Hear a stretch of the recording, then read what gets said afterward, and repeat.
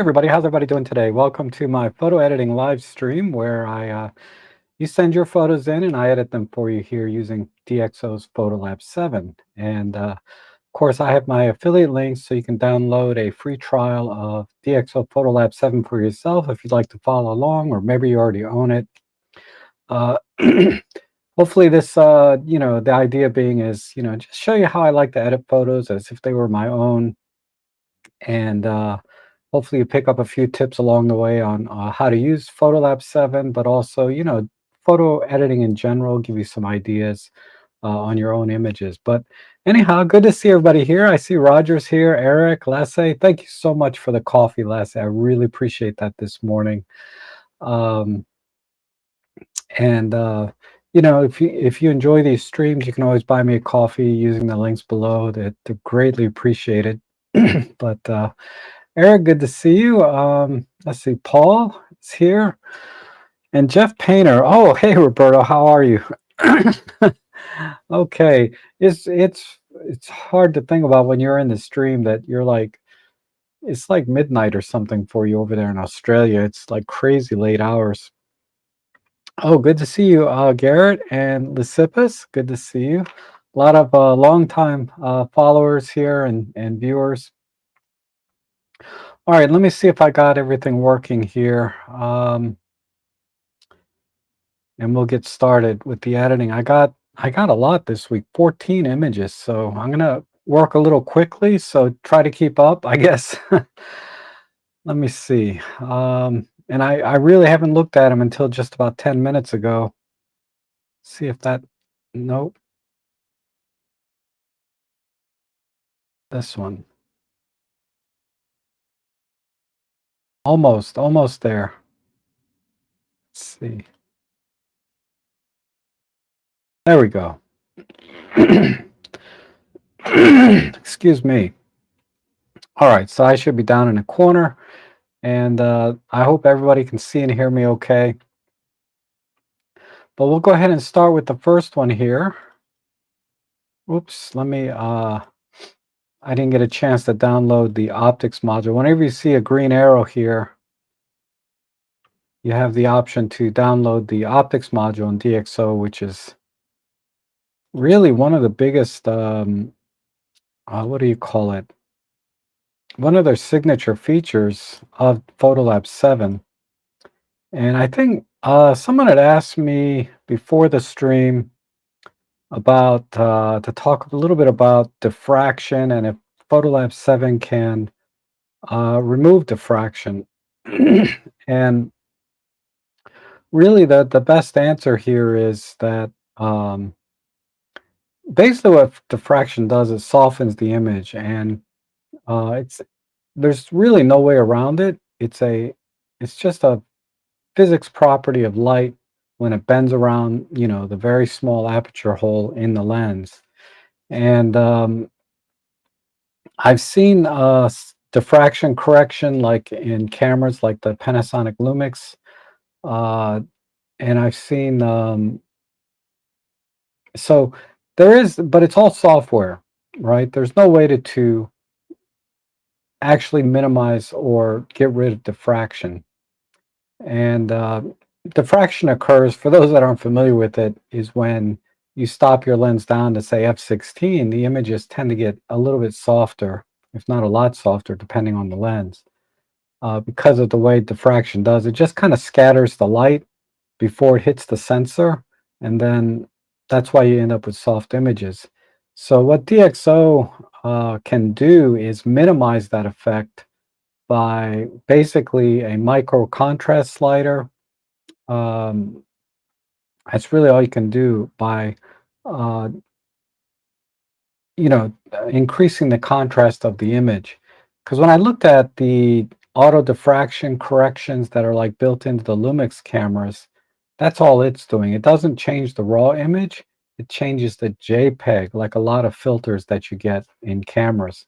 So the raw image is always going to have the diffraction look to it, but then you can minimize that by using the micro contrast slider in DxO. And I'll try and demonstrate that maybe a little later. One other thing I need to do I need to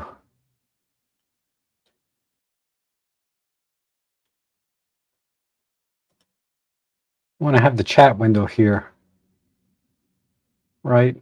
Nice and handy. Okay. Marcia's here. Good to see you, Marcia. I was just thinking about this morning. Well, let me just start editing, because a lot of people watch this after the stream is over, and they don't care for all the jibber jabber up front, I think. I'll jibber jabber towards the end a little bit. So we have one here from Sam M. Now that I have, oh, one other thing I like to do. This was another question. Oops, I missed one here. Let me download this optics module. Is someone had asked me about the preset that I use on all the images, which basically is optical corrections and denoising. So if you go to DxO's apply preset, and you can see I've made several here myself. I just named them Rob. But DxO comes with some standard presets like down in here. So it's named DxO. So basically what I do is I apply the, let me open up an image. Oh, I do have it open. So basically my preset's not much different than the DxO standard. So I apply the DxO standard preset. And basically what the DxO standard preset does is it does a little bit of auto correction on the lighting. It applies the camera profile, color rendition here. It applies very basic noise reduction here. And then they apply the optical corrections, which is lens softness, chromatic aberrations, and then also distortion corrections of the lens. So if I turn this on and off, you may see a very slight difference. It's more obvious on wide angle lenses, not like this 60 macro. And that's all it does. So what I do is I do this. My particular preset is I apply Deep Prime XD. I also apply purple fringing corrections, and I apply the auto correction here because it only applies it to this one in the default. And then I go over here. I don't do anything here. And then I turn off smart lighting because I don't want the software to edit anything before I get started. And that's it.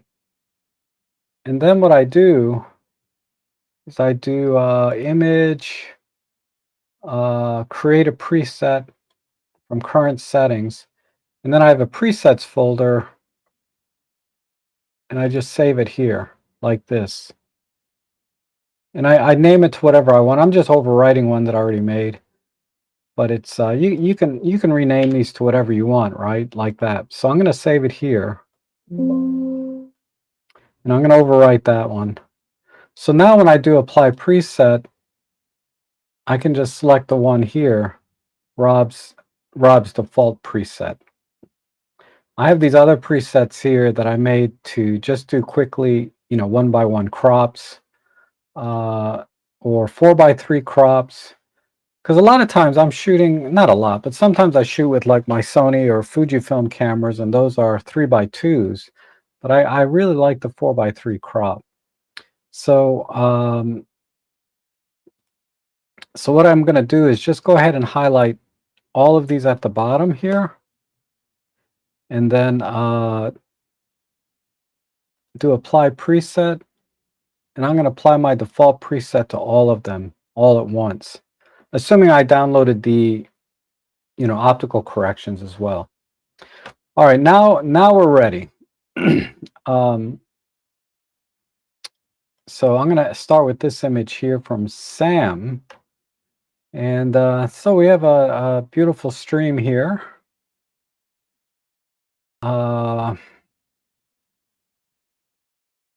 Again, this is a very monochromatic image, but there are tones of yellow and blue, which I like. So I don't think I need to really do any crop. I'm not crazy about this branch here.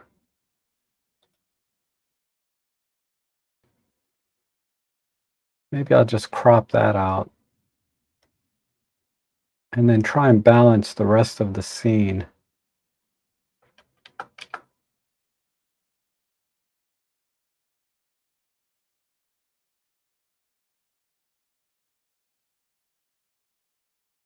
If I just come up this way. So it's really,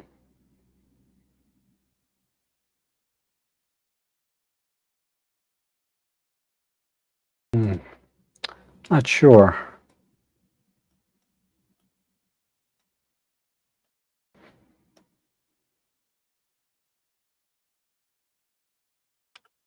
Maybe, okay, I'm going to go with this. And then I'm going to get rid of one little distraction here. Like that. Let's use something from up here. Okay. And then maybe get rid of this branch. I normally like to do those things last, but they're just bugging me right now. Okay, good enough.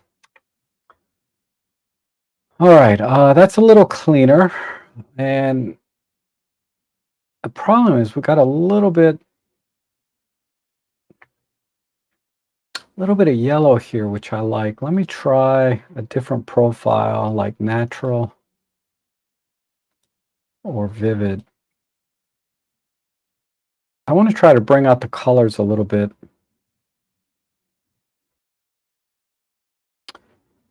I might have to do some clear view as well,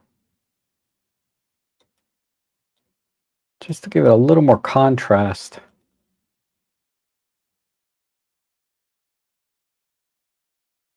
All right, that's good. And then I feel like the colors, I wish I could, oh, it's icy. So this is snow.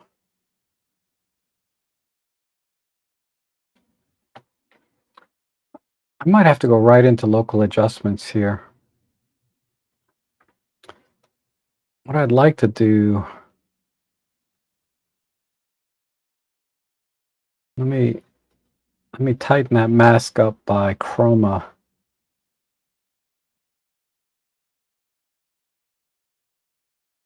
And luma a little bit. All right. Let me see if I can cool off this a little bit.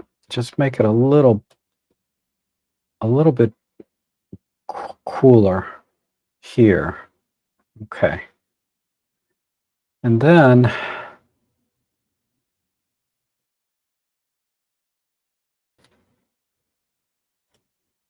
I'll just do more of a,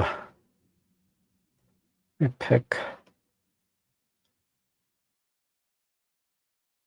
pick sort of this area in here. I gotta make a new one. Sorry. I'm gonna pick this area in here and here. Again, I'm gonna try and limit the mask to just more of the yellows. Maybe up in here and here. I don't normally go this tight on the colors, but on the masking, but I want to make sure I keep it natural looking and separate the colors. Now let's just warm this side up a little bit more.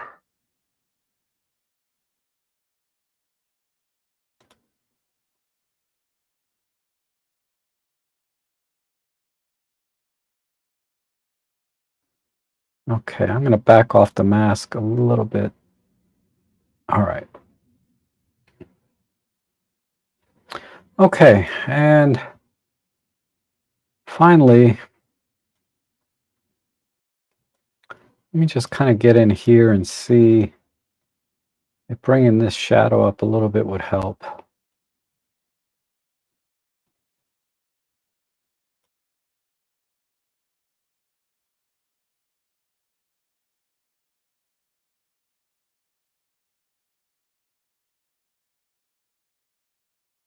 And some of the highlights.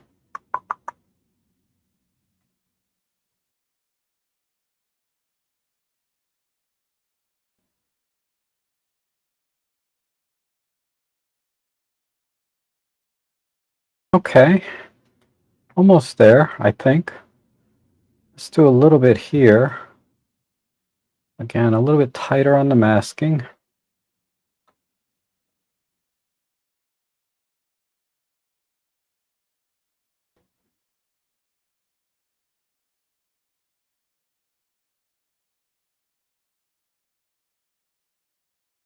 All right, I'm going to just do a quick.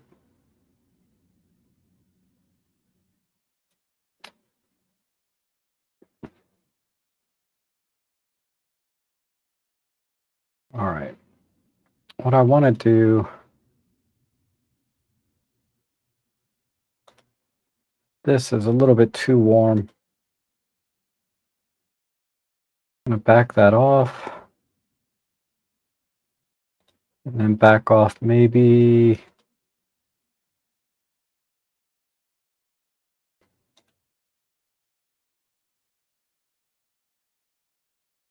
saturation or vibrancy a bit. All right, I think I'm done.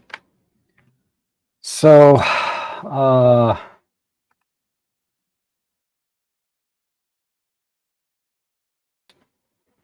so just a little tighter crop, basically. I don't think I took anything away from the image other than these distracting elements. And then just emphasize the separation of colors here of this blue and yellow. So there's the before, and there's the after.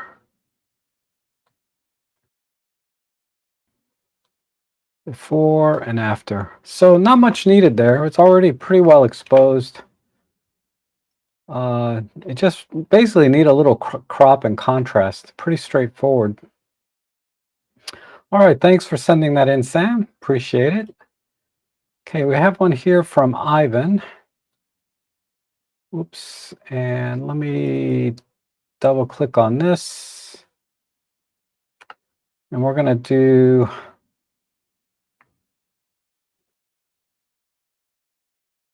let's do this one. I'm going to have to export because we're at 10,000 ISO. So I'm going to export this later so we can see the full effect of the deep prime denoising. But I need to straighten it out just a little bit. It just feels a little bit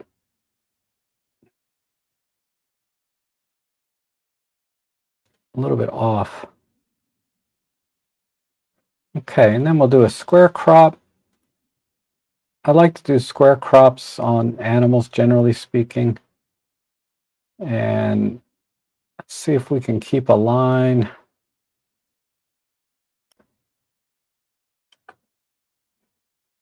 Something like that. Oh, I don't like this bird crap here, but that's all right. Okay, pretty easy. Birds, I do a lot of birds in my own photography. I think I can use this mask. This is the auto masking feature. It's okay. It's not perfect by any means, but usually it gets the job done. So I'm going to crush it down here, and then this helps me to see where the auto masking kind of missed.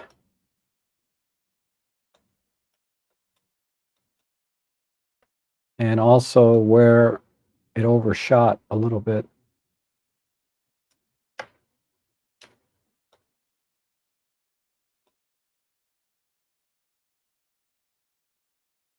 All right, good. So let me double check. Let me just clean up in here a little bit. So what I'm doing, I'm just pushing the Alt key on my keyboard.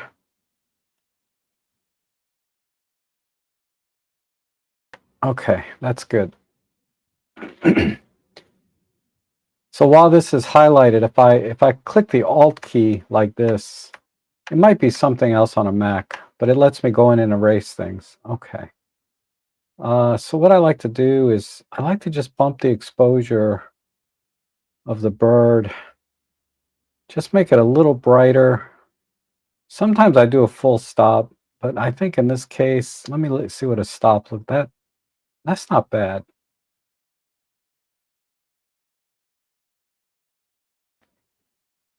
Yeah, let's do a full stop there, or 9/10 of a stop.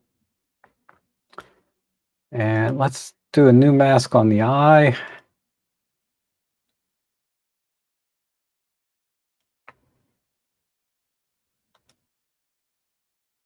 See if I can bring out, oh, being at 10,000 ISO, we can't get it all, right? But I think that's the best I can do. Sometimes I warm the eye up a little bit. It seems to help bring the color out. And then let me do a similar thing with the beak.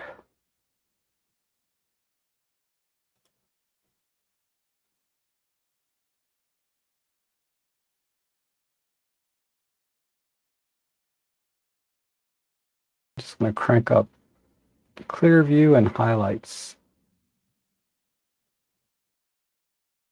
Okay, and then I like this. This is good. I doubt I can do anything about this bird crap. Not really. Maybe just get rid of some of it.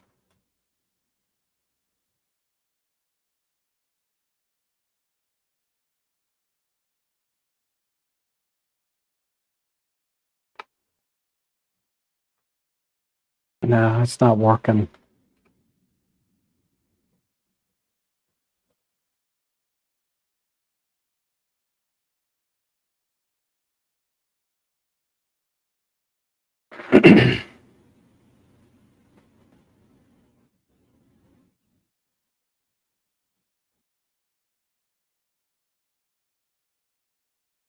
And I see a question there. It's asking if I can denoise the denoise the background only. I don't think so. I don't think so. Okay. I've never really tried, to be honest, but I don't think so. I'll have to look into it. Let's just add a little bit of a vignette. And then let's amplify some of these colors in here.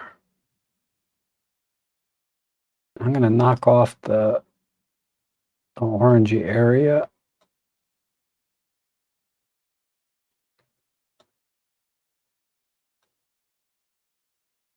Okay, go back to the vignette.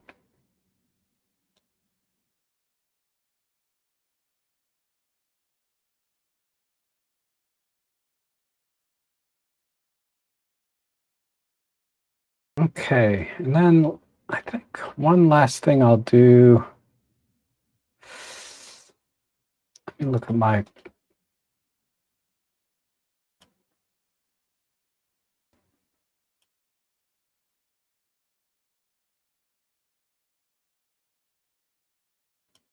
I think I made this a bit too bright, so I'm going to back it off just a little bit. Okay, good enough. Let's export this to the original folder. Just give it a suffix DxO.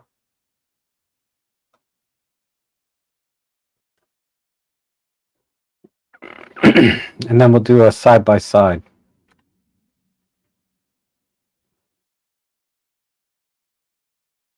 It's not ready yet.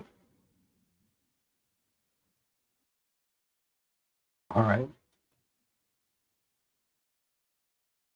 So I'll reset it. So here's the before and after. So you can see I did a pretty heavy crop. Let me, oops. Reference image should be with geometry.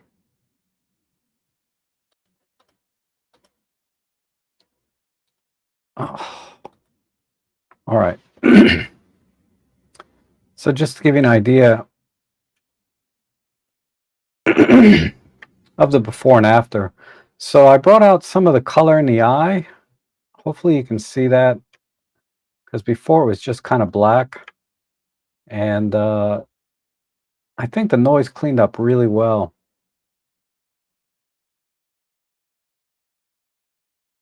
So I'm going to back that off.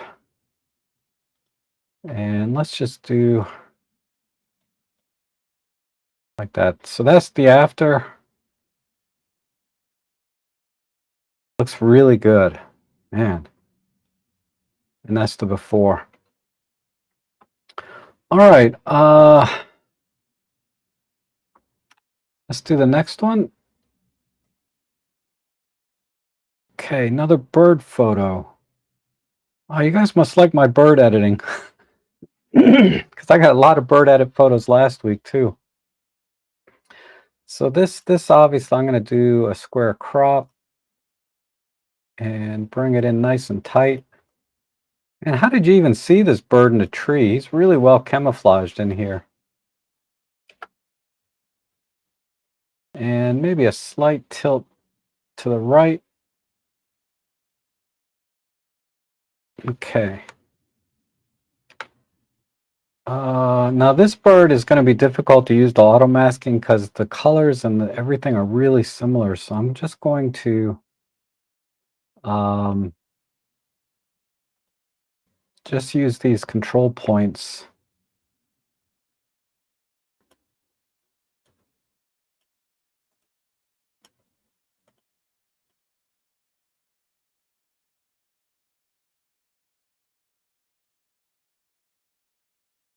Let's see if I can.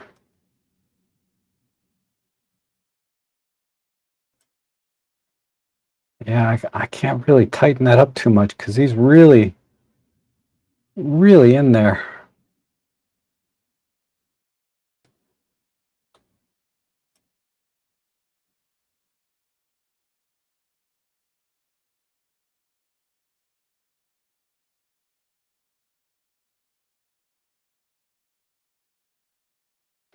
All right, let's try and brighten the bird up now.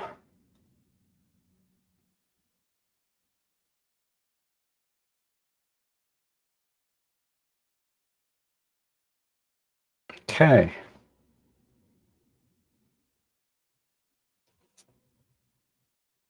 I think that's better.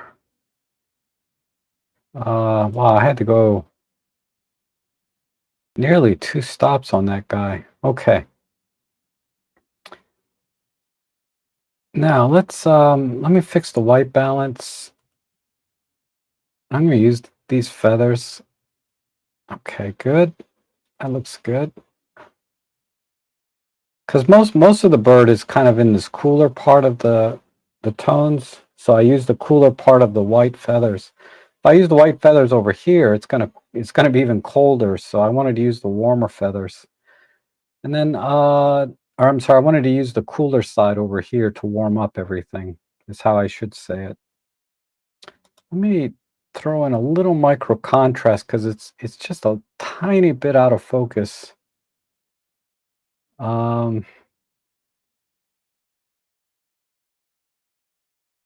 Maybe a little bit of clear view too. There we go.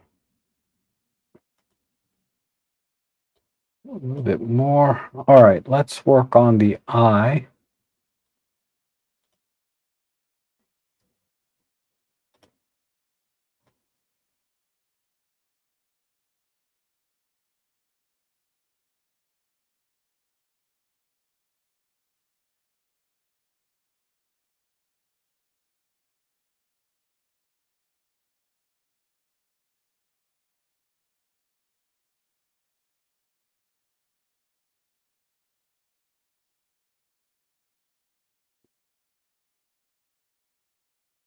Okay, I'm going to do one more thing. Very, very tiny spot here. And just make this blacker.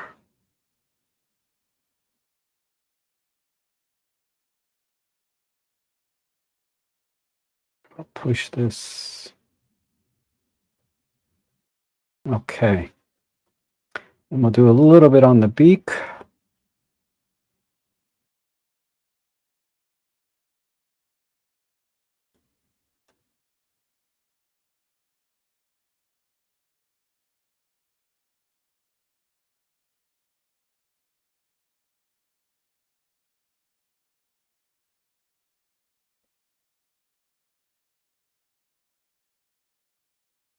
This needs to be a little bit brighter.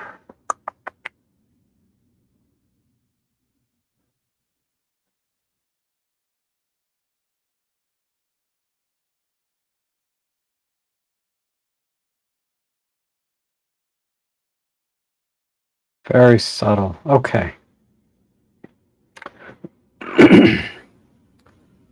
All right, now,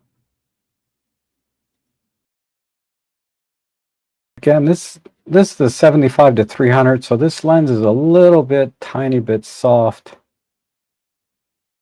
So I'm going to add an unsharp mask.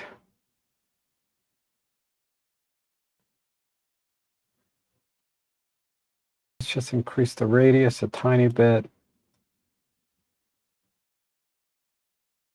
Okay. See if I can preview this area. Yeah, that looks good. All right, again, just a quick vignette.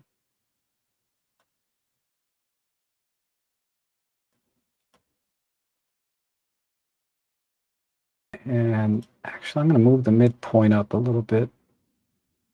Right there.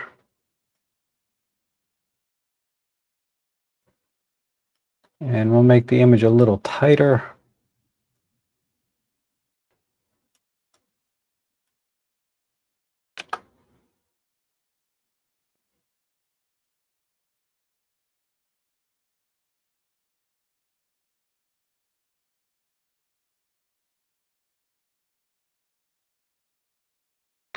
Okay, so let's export this so that we can see the effect of the noise reduction.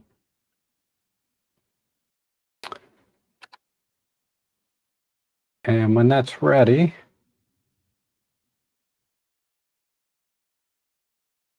let's reset this image and just do a side by side.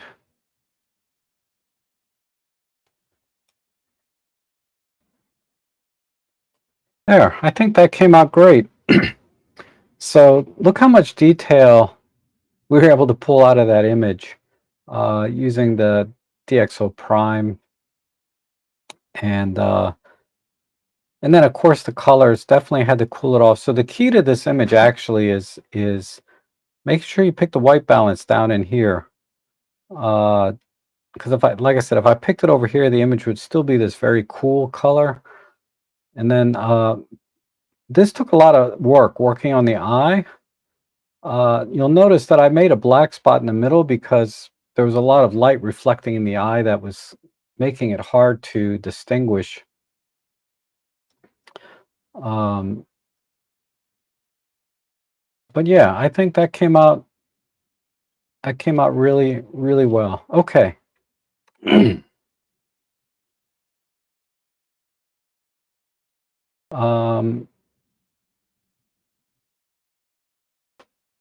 Let's do the next one.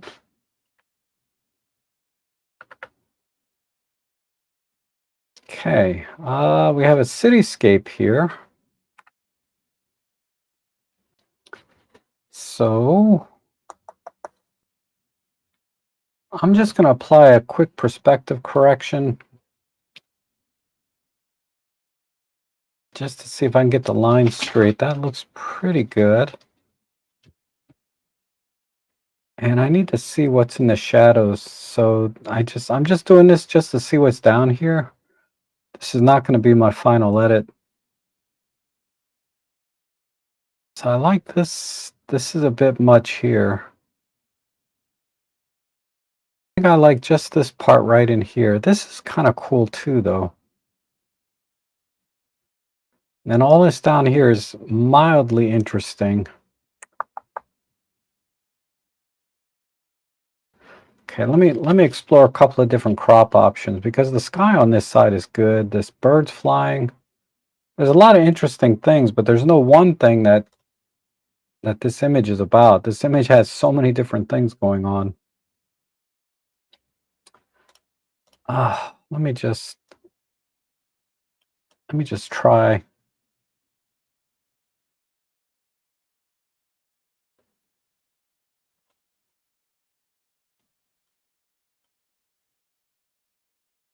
Right in here.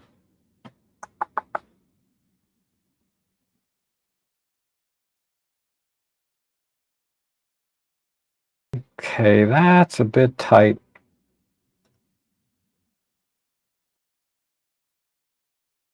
Let me do a super wide this way.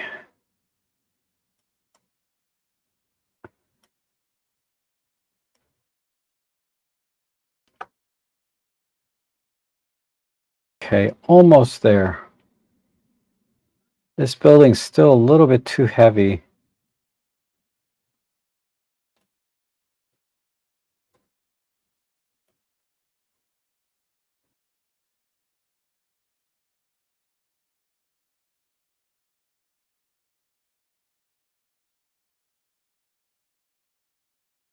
Just a little bit of balance here. Okay, I kind of like this. I think I need to be a 16 by 9 though. So, I don't know.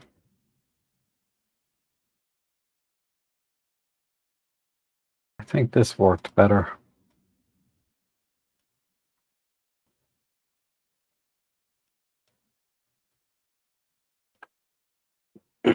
Okay, I'm gonna go with this crop.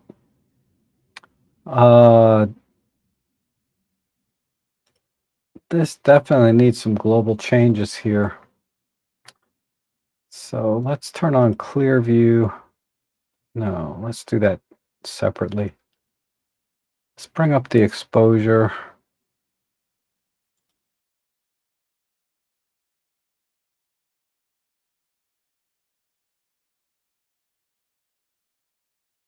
Okay. And then I'm going to go into, this is getting too hot over here. Oops.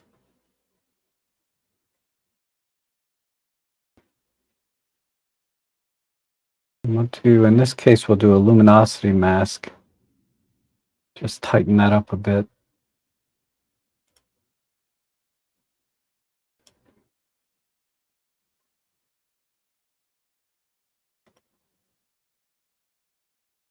A little bit tighter.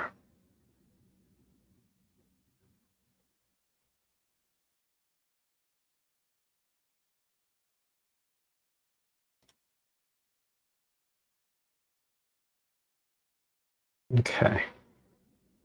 And just pull the highlights in.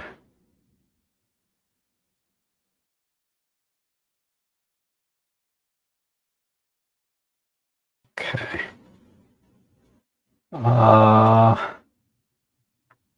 And then there's a little bit of light in here and here. Some on this roof, and let's just start there.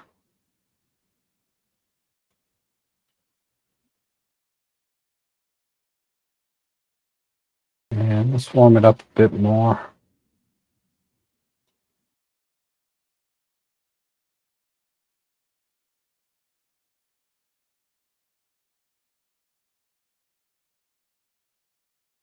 Okay, over there. How about this building?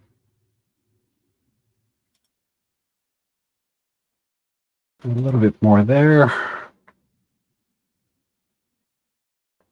Touch there.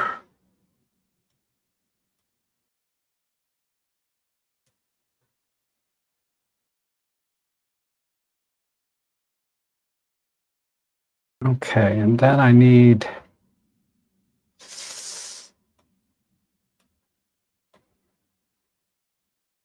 something like that. Okay, now we'll do one more. Let's do a control line. This time we'll do a luminosity again and a chroma.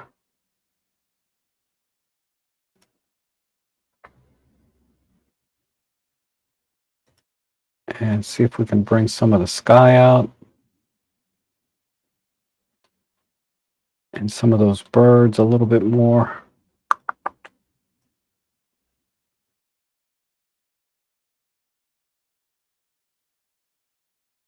All right.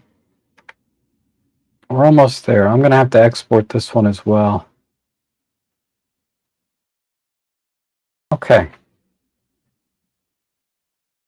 I think I'll call it here. Let's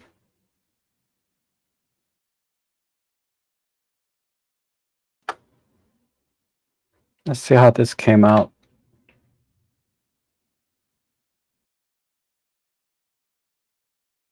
I'm waiting for it to finish exporting. Okay. So I'll reset this.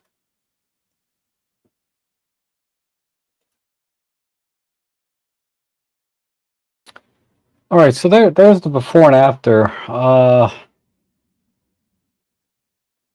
I still feel like this building is a little bit too heavy in the picture, but I wanted to keep the horizon here, so to speak, a little bit more even.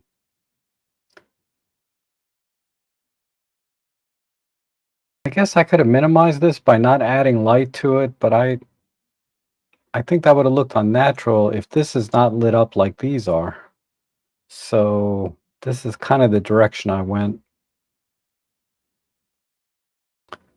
And it's very, very late. I missed this car down here. That would have been kind of cool. But okay, so there's the before and there's the after. So I think the lighting came out really well. And the noise is all gone, of course. Yeah, this building here, wow. I'm having a hard time with that one. In terms of the overall composition, I would have probably tried to frame it tighter right in here, maybe a little differently. But anyway, okay. Let's go to the next one. Okay. This has already been processed. It looks like. I don't think there's anything I need to do. You know, it's a square crop and it's a JPEG. And the colors are very, very kind of saturated. It's a cool shot though.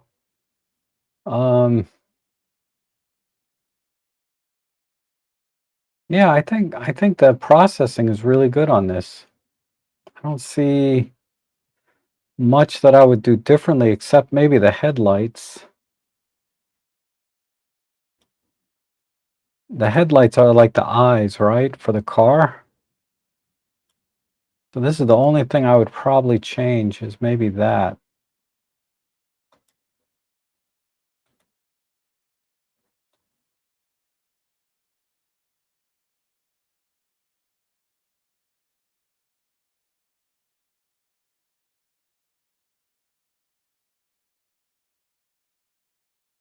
And let me desaturate.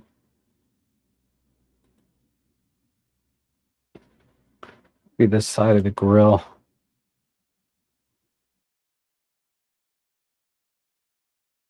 Yeah, right in here.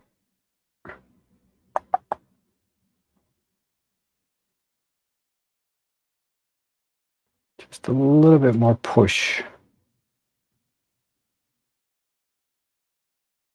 How about this wheel? No, the wheels are fine. They need just a tad, though. Let me make a separate one.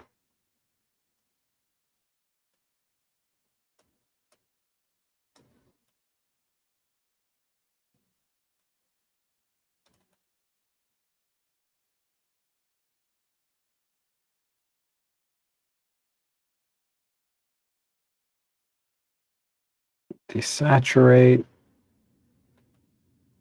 push. Okay, there. And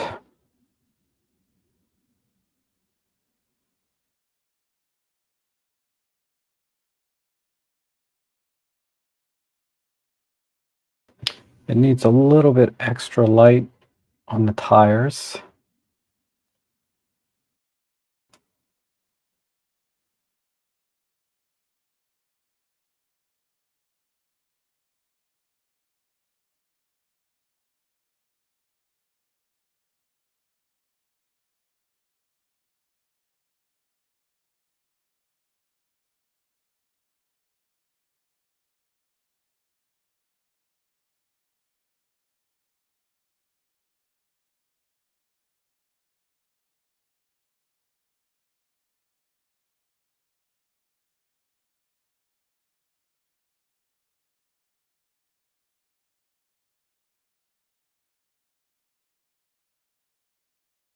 Okay, that's all I'm going to do there.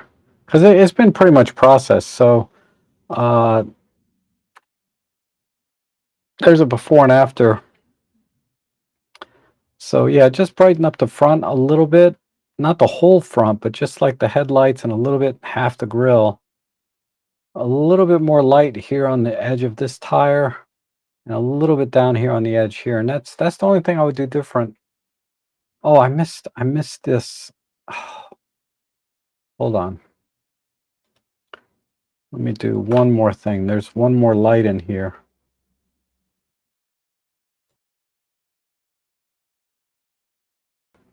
These little blinkers in the front.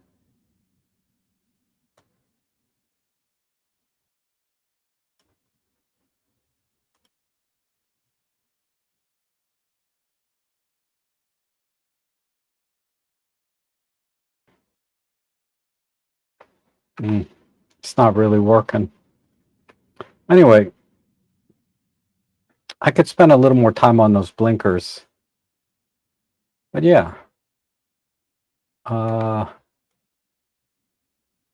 That's very, very subtle difference, I think. Okay, let's go to the next one. Thank you for sending that. And let's see, we have a sprinkler of some kind.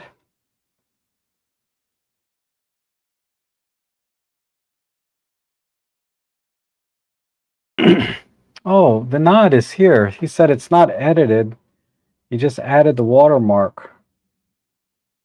Okay, so you really did a good job exposing it, but you added a little bit because you cropped it, right? But other than that, I think, yeah, really, really good exposure there. Let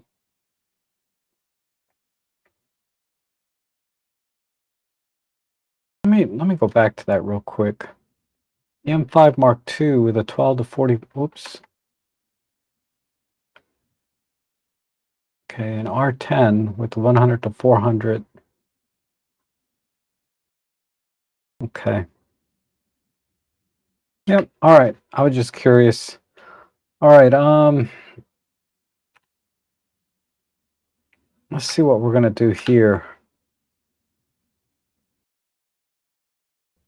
I mean, there's a couple of things. I like this sign and this water.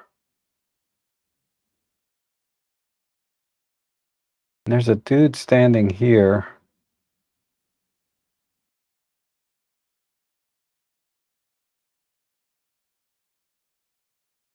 But I think I'm just gonna go with the geometry and this centerpiece. So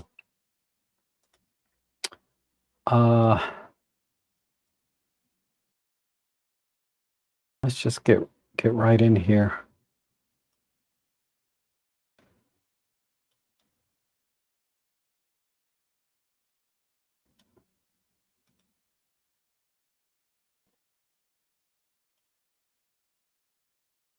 So I kind of like the colors and the geometry in this space right here. So what I'm going to do is I'm going to emphasize these reds and oranges and yellows and make the water a little bit brighter. Okay, I think that's where I'm going to go. Let me just see if there's anything I need to do globally. Yeah, we'll do some clear view. We'll push the shadows a bit. Actually, that took care of most of it.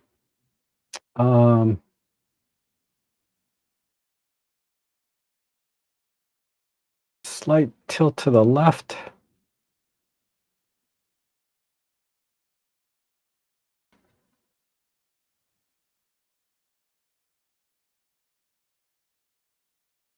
And I might be able to, let me just do natural. Let's try vibrant. No, vivid. Okay, vivid looks good. Or the original EM5. The original EM5 looks really good, but I'm going to go with vivid. Yeah, I like this. Okay, I like the original EM5 colors. All right, let's just go a tiny bit warmer. Go to 5500K, maybe a little bit more. And then we'll just do some minor touch up right here. Increase the chroma and just make this a little bit brighter.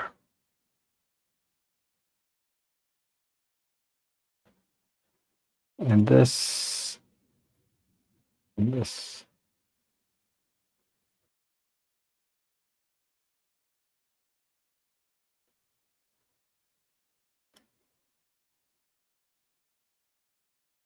Yeah, well, I'm going to get, this is behind trees, so it's a little bit tougher to get in there. All right, how about the red here? Yeah, I like that. Okay. All right, one last thing I'll do is a little bit on this water. Tighten up the chroma mask.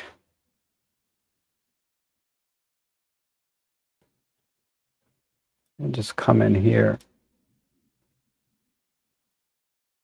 I probably could have just used a brush, but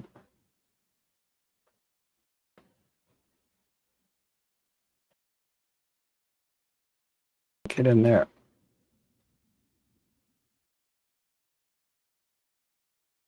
There we go. And just push that a little brighter. How about some clear view? Nah, that doesn't help much, but there we go.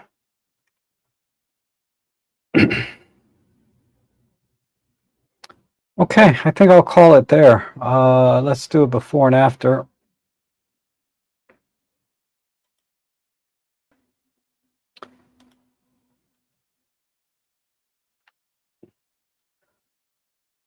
All right, so as you can see, this original on the left is just bringing too much stuff in, and there's a lot of foreground here, this negative space that's not really isolating anything. So negative space I typically use when I'm trying to isolate something or make it feel isolated, but obviously that's not working here, right? And when I looked into the picture, I really liked the colors that I saw right in this section here, and then I like the geometry too. The way this metro sign is parallel with the water spray, and then this intersecting red line over here, and then a little splashes of yellow and orange. And then, of course, this blue at the top just caps it off very nicely. So that's the fine. I might dial this back a little bit on the red here, but there's the before, and there's the after. I think that came up pretty nice. Okay, let's see. The next one here, create image lasso. Let's see.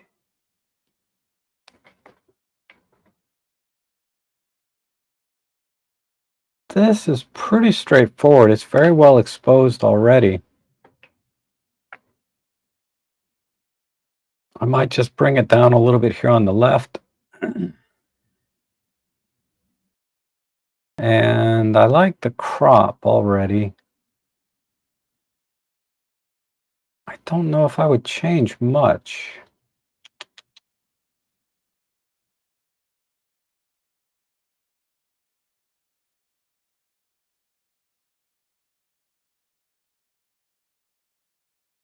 Is this a 3x2? No.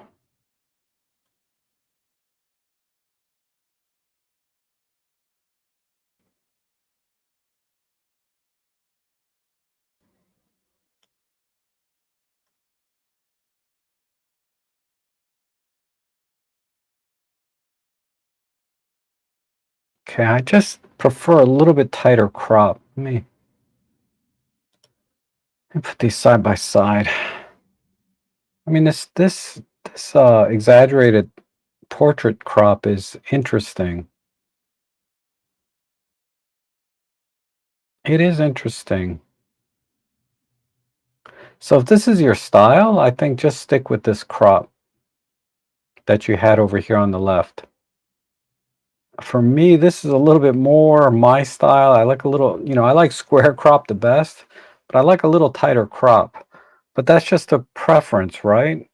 You might you might be better off with this in your own photography than what I'm doing. Just okay, so editing wise, I think we have good separation with the colors here. The skin tones are separated from the greens. I think I'll just do an overall brightening of the face.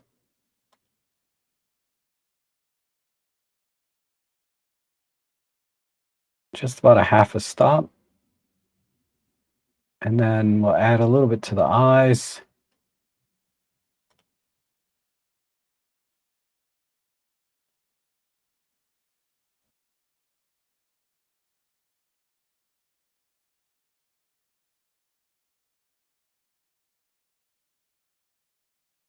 I think I'll do the same trick here with just adding a little black spot in here. Sometimes I don't get it right, and it ends up not looking good, but I'm going to try it.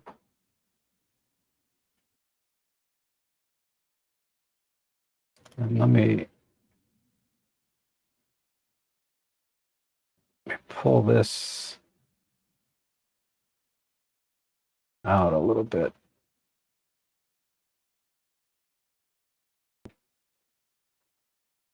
A little bit too much there. Okay.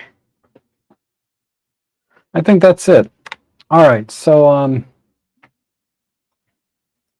this was a JPEG, so I didn't have much wiggle room on the eyes, but I would have liked to brought a little bit more color out on the eyes, and then but it's very, very subtle. I just made the face a little bit brighter. In fact, I would venture to say that I added too much there.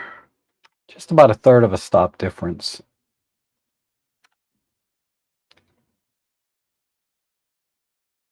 But nice picture.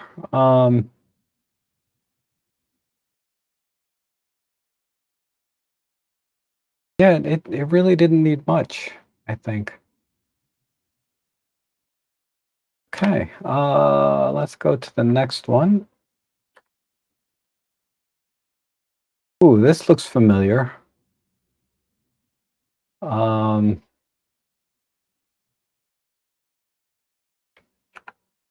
let's do Let's do a square crop. Get rid of that pole. And I don't think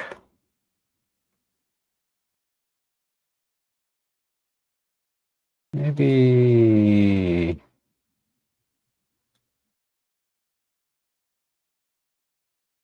a little bit this way.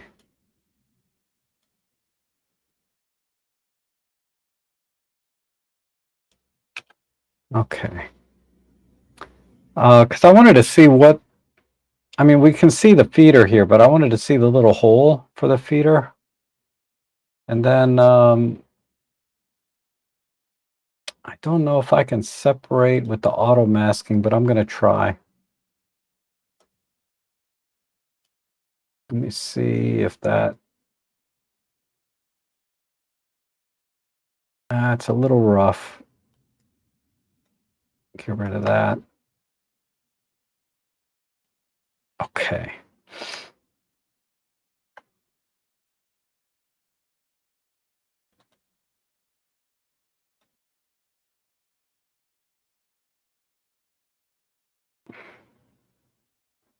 I may not need the auto mask. Auto mask is going to look a little unnatural if I, but since I started, I might as well finish it.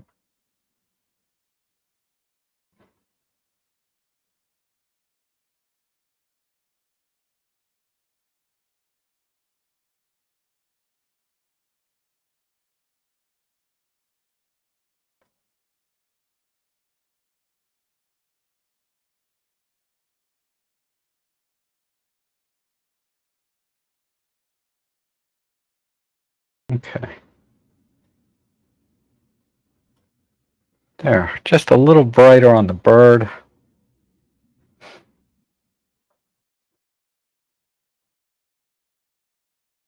Let me see. Okay, good.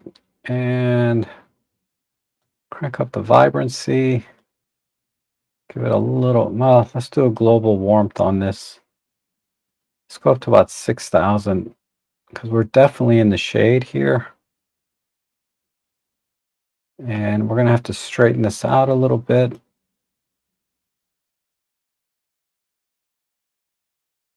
Okay.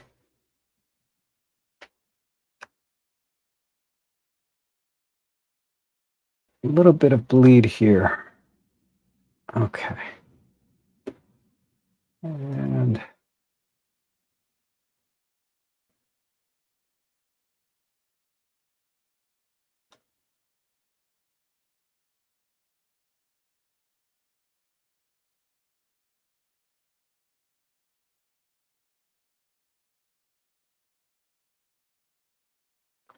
might have to do a separate, I'm going to do a separate thing. I want to make,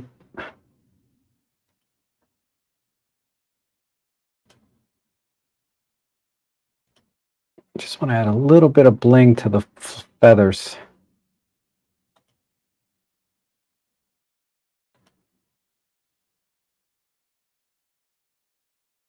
A little bit there. Okay, and then let's do the eye. The eye, these birds have little brown eyes. So I'm going to see if I can bring that out.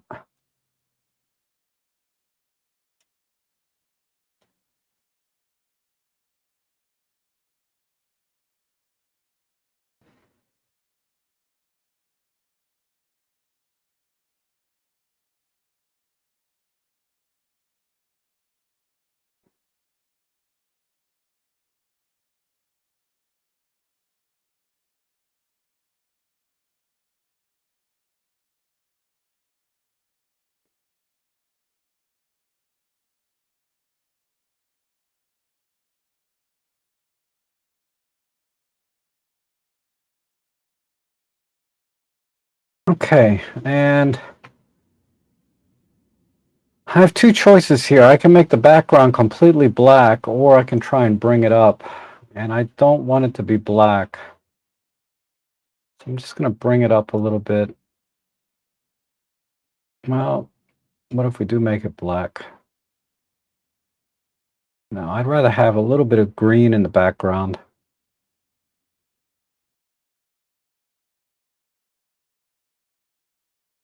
And a very, very minor vignette. Okay. Now, eye is a little bit too bright, so let me just pull this black off and pull this off.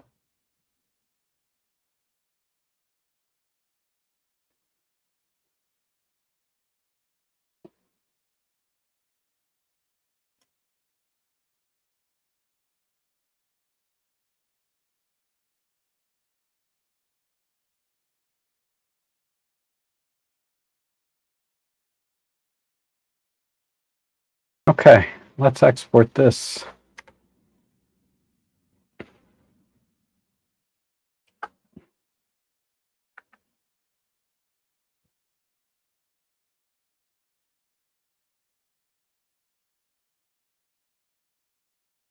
Is this your Hummingbird, Roger? I think I see a comment here. Shakaib says there's a little bit of red. That's okay. This red is okay. I could minimize that, but I think it's okay. It goes with this red feeder. So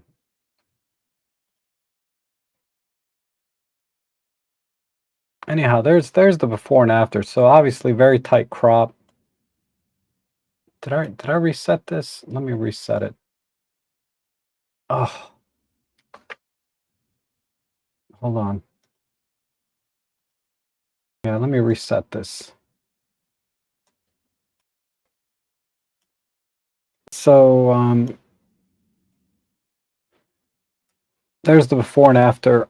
Let me look at the details. I didn't get into the detail. I need to do one more thing. Sorry.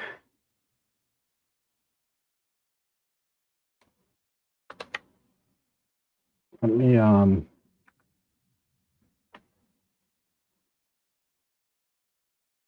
going to add just a little bit of an unsharp mask. Again, 75 to 300, so that's why it's 75 to 300. It's just a hair soft. So I always add a little bit of sharpening on top of it. That might be too much. Okay, let me export that now.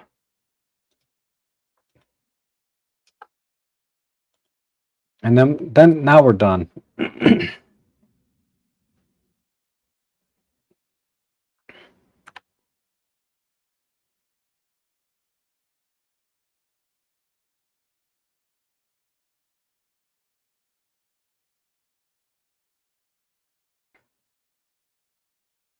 All right, so there's the before and after, basically.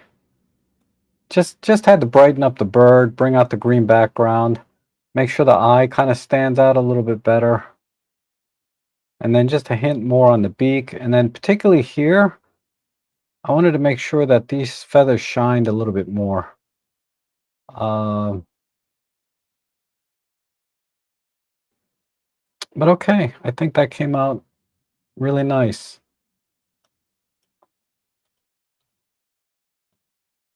So if we do a before and after,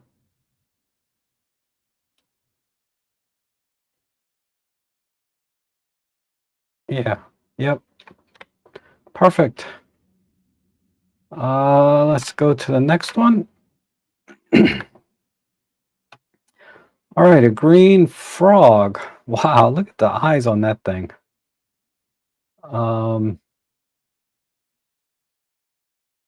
Man. Okay. Well, I've never edited a frog before, not one like this. So I'm just gonna go. I'm gonna go to. I don't know why I did it that way, but I want a square crop.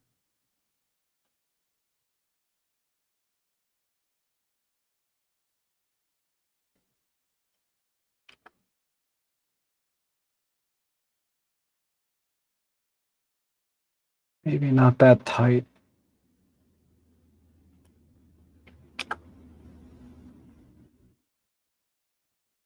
Okay. We need to warm this up a bit. So let me touch on sort of this area. Maybe right here.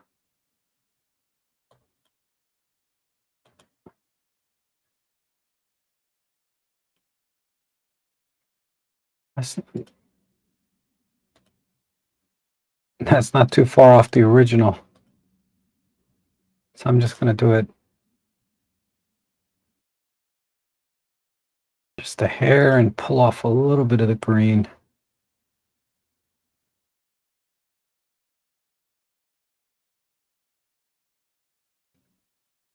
Okay. All right, and then locally, just a couple of short, quick local adjustments. I gotta zoom in and pull this out.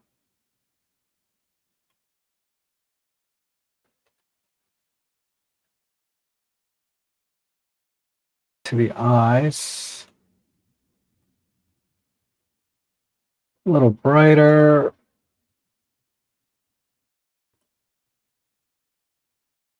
And we'll do the same thing with the toes.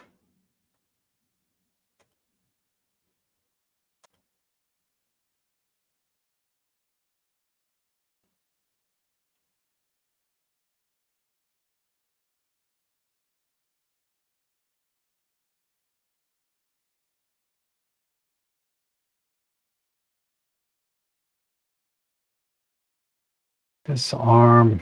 Okay, let me do a second brush. This arm.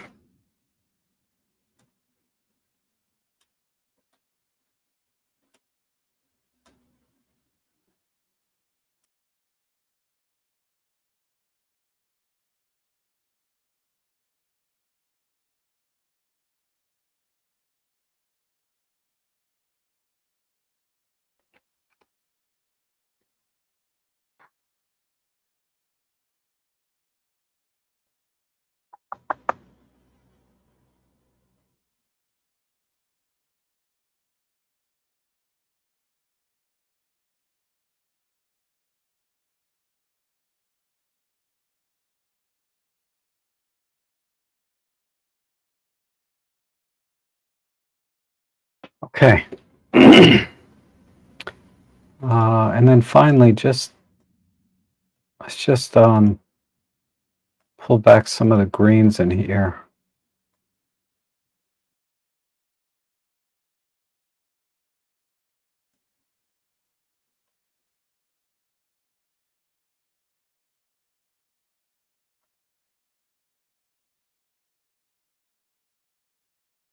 Warm it up.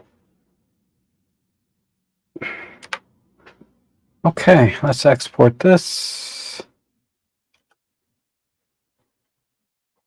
Canon RP. Wow, oldie but a goodie. With the RF 100 2.8 macro. Wow, awesome lens though. Okay, that should be done. Yep, let's reset this.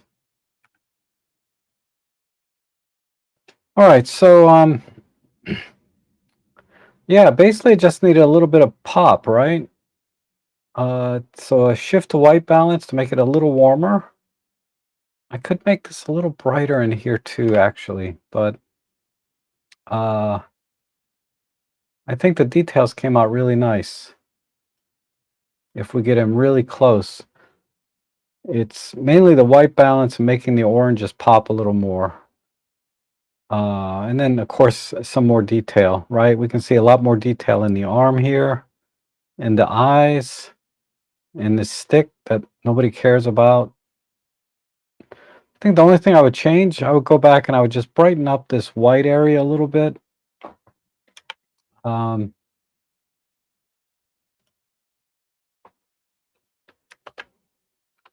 me just do that real quick.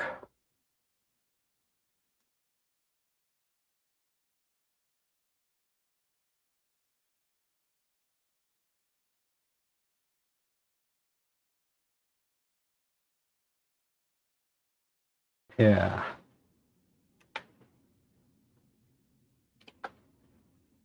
Now I'm done.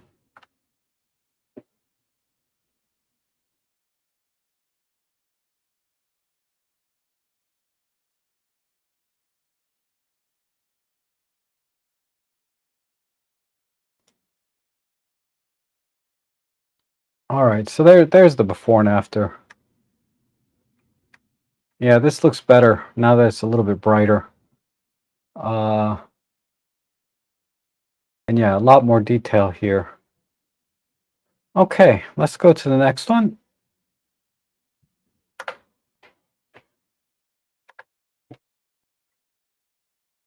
All right, we have a church. Let me do a quick perspective correction. Okay, that's better. The lines, let me get some water.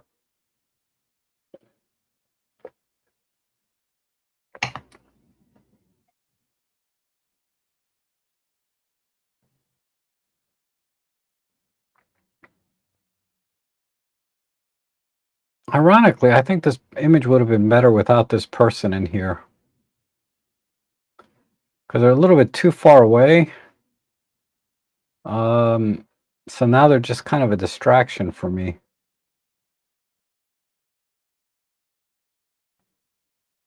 Versus, if they were in tight like this, that might be the way to go. Let me try.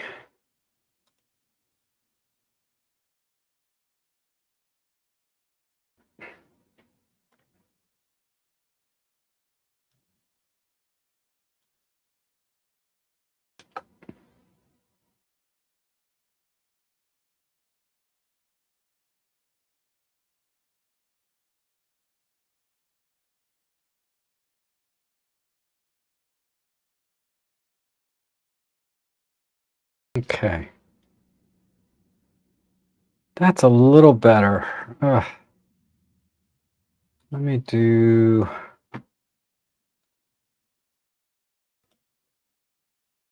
clear view, some auto lighting. Let's try natural. And white balance is tough, but I'm going to warm it up a little bit like that. And then let's do some local adjustments here. Particularly, let me see if I can bring this in a little bit. Yeah. Something like that, and then warm it up a tiny bit.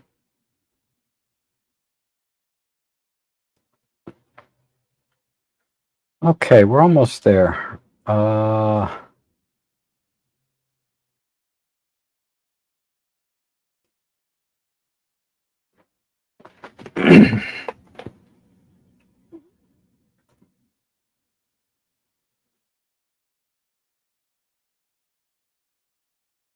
Nope, too much, too much.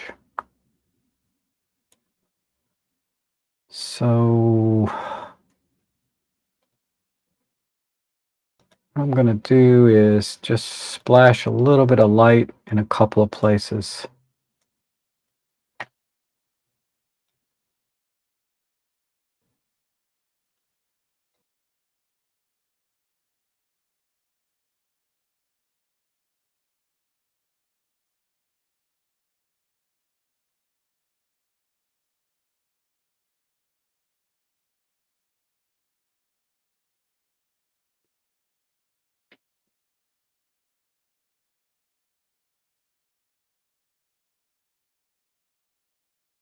And let's take a little bit of light away down in here.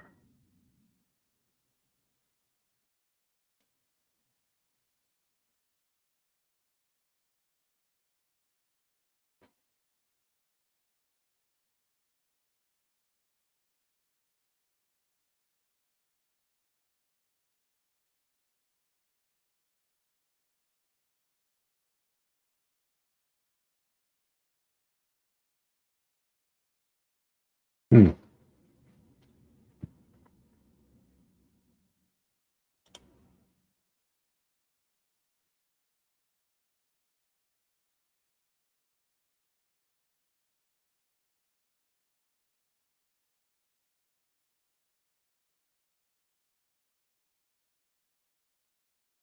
Okay, this needs a little bit of work in here too.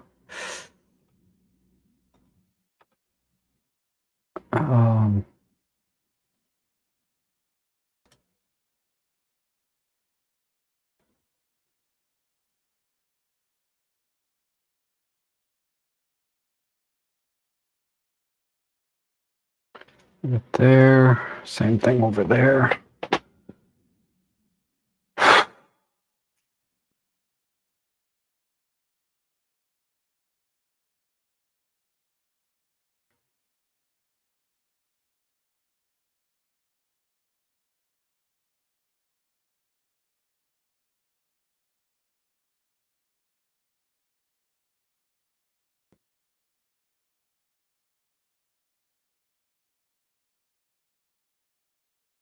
All right. Wow, it's just really bright in the center.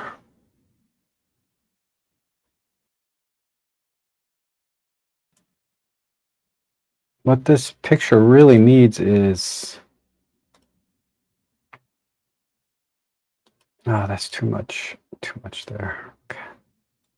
Let me see.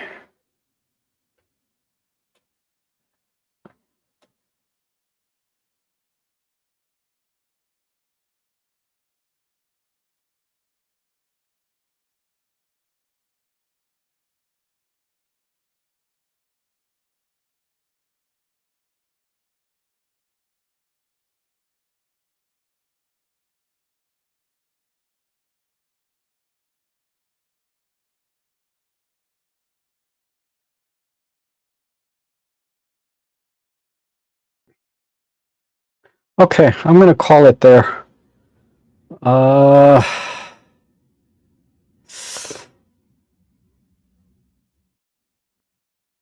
Let's just do a quick side by side.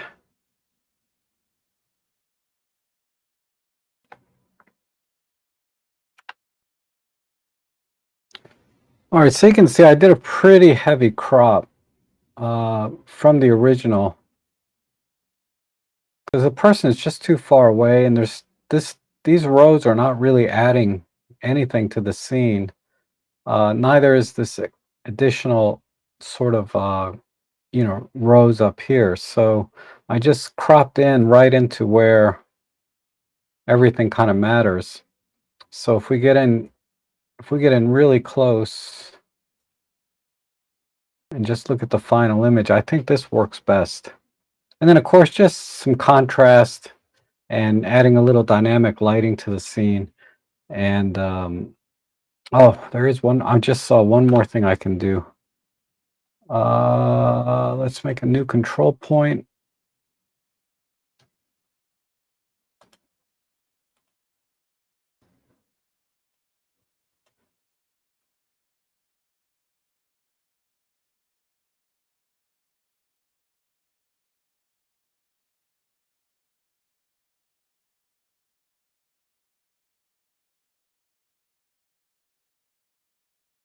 And then a new one here.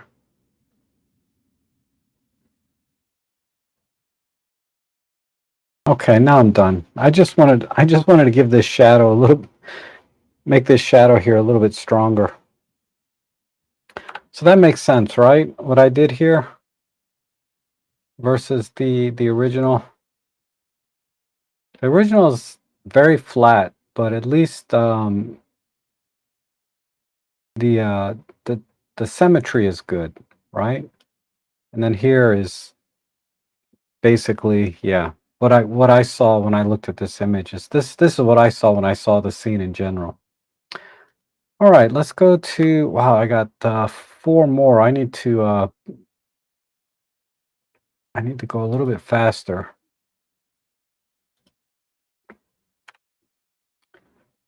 All right, let me get the right screen up.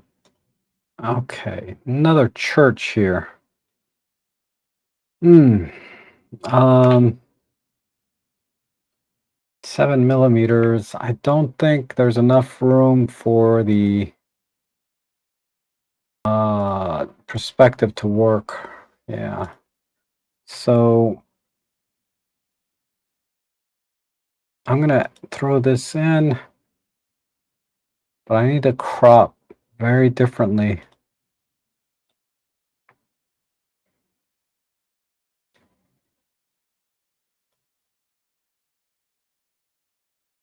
Question is, do I want that bird in the shot? Nah.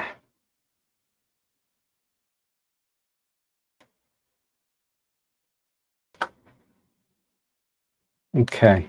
I would have shot this vertically to begin with rather than horizontal, because this perspective is looking really unnatural when I do the correction. So I'm going to back it off a little bit and see if I can get a little bit more. There. Okay, this works. All right, let's do some local adjustments. So we'll do a control line somewhere in here. Add some clear view to give the sky some drama. Pull the highlights back a tiny bit. And why is this side got, yeah, there's not much left there.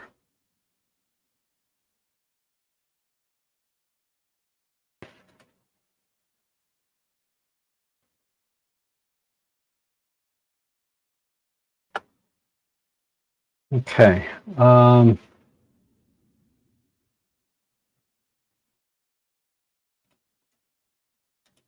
then let me emphasize these windows a bit. So can I?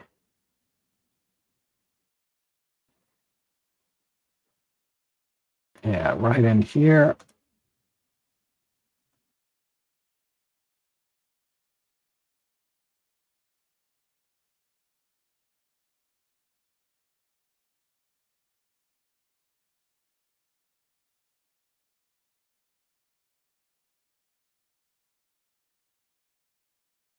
Make it a little warmer. All right.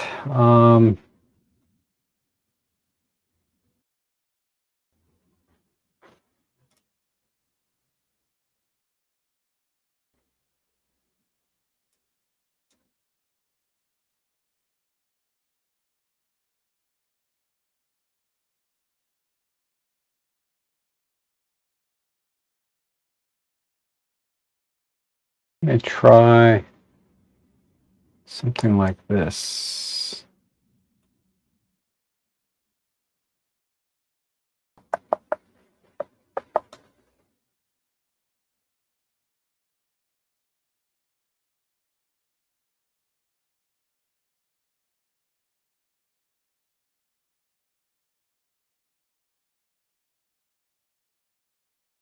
Okay.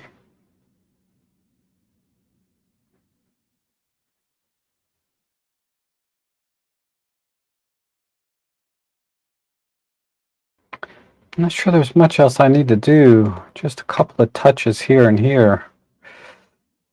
Let's do a touch here and a touch here.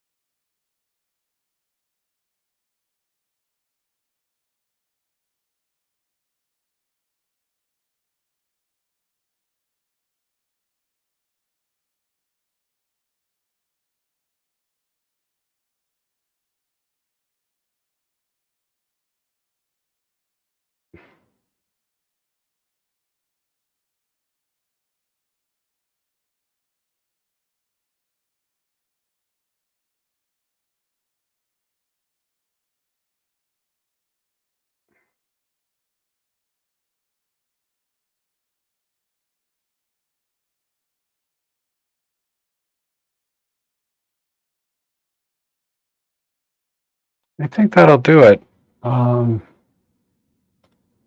Just need a little bit more light because I pulled it off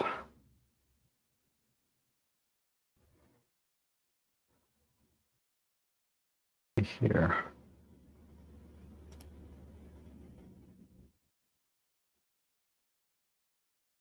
Okay, I'm going to call it there. So let's do a quick before and after.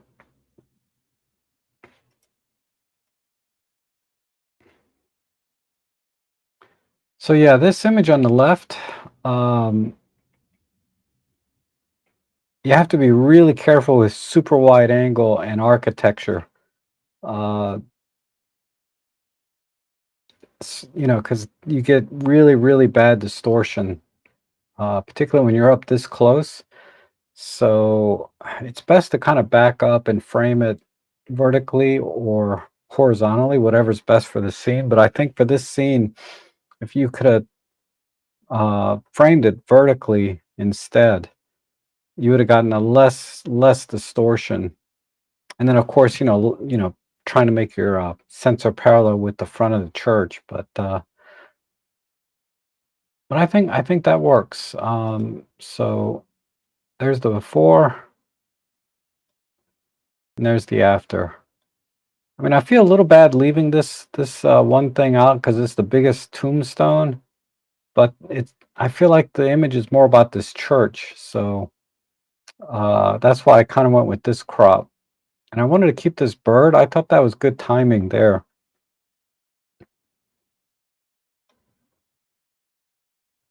Okay, so let's go to next one and see. We have some river boats, not river boats, but whatever these things are. Not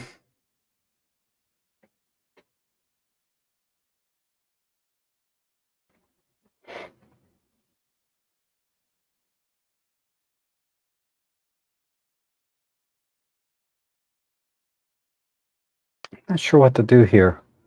I like this line right here of this row of boats, but then this one is blocking it. And there's some people here and more boats or whatever on the other side. So this is a marina of some kind. What's going on here?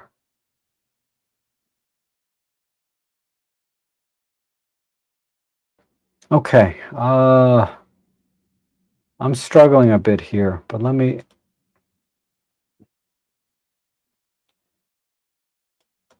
see if I can make this work.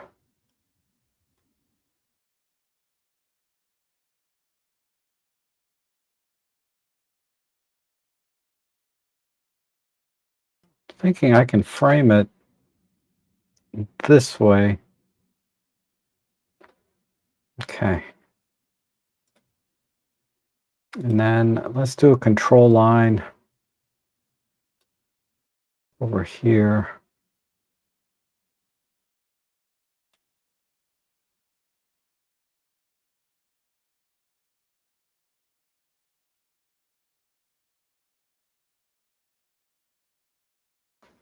Like that. And then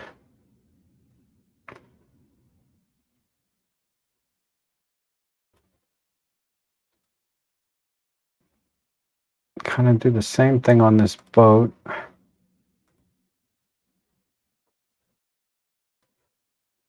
I'm going to add a little bit in here.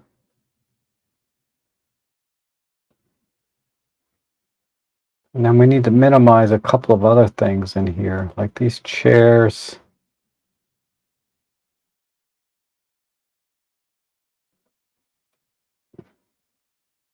And we'll add a little bit of light up here.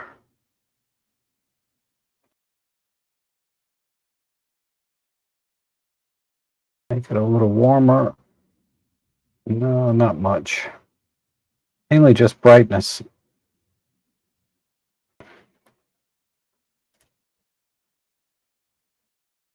Okay. And then a little bit darker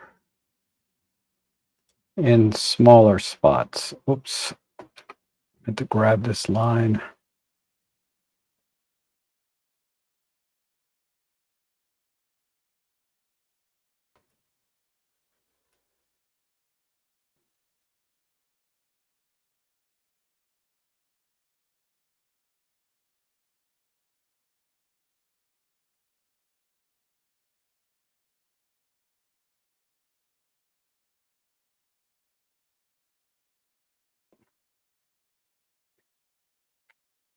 All right. Well, this needs to be darker too.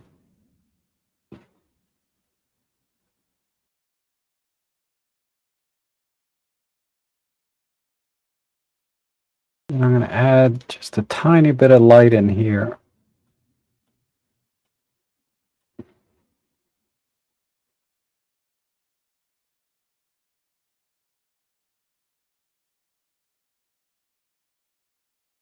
Okay, let me check my crop.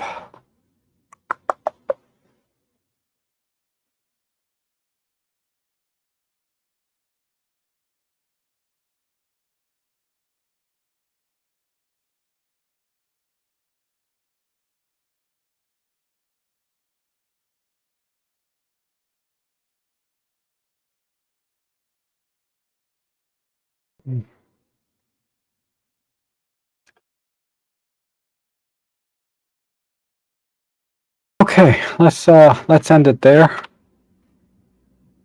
and do a before and after. So yeah, basically all I did was got rid of this boat, right? But kept everything else in the scene. Maybe this thing I should have probably fixed, this little gas can or whatever it is. Then added some contrast and then separated the lighting on the tree here, because over here it's a little bit flat. So there's the finished image, and that's the before. So let me back out. All right, that's the before. Just too much empty space down in here. And this frickin' boat. So just a little tighter crop. And then I like the framing of these leaves on top also. I think that works well. Okay, let's go to the next one. And oh, okay, another landscape. Hmm. Hmm.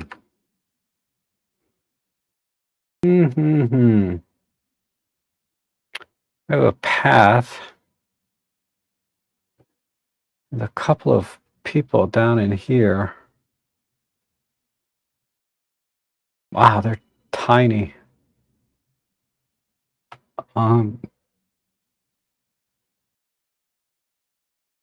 They're just too small to make any difference in the image.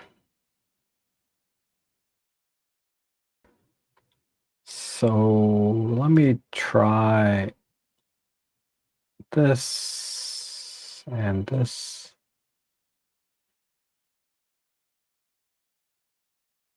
It's too much.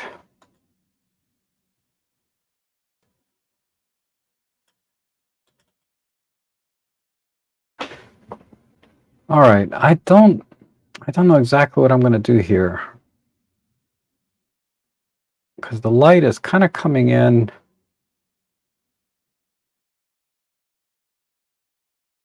It seems like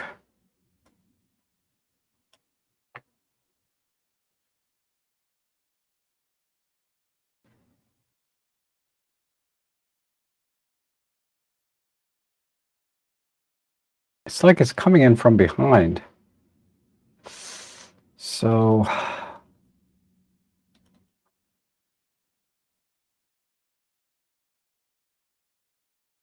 there's just a little shadows down here, so it's almost right overhead. All right, okay. I'm just trying to get a vision for this. This is the hardest part. Let me do 16 by 9.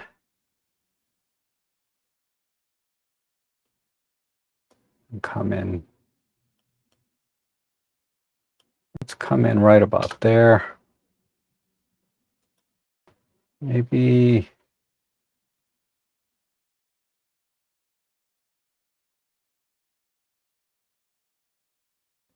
Yeah, let's do that.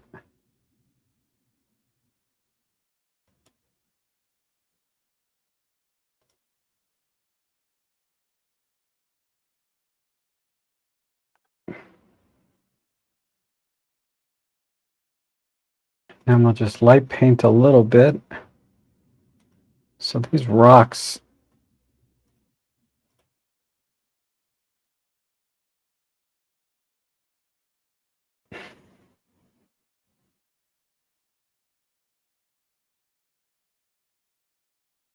Okay.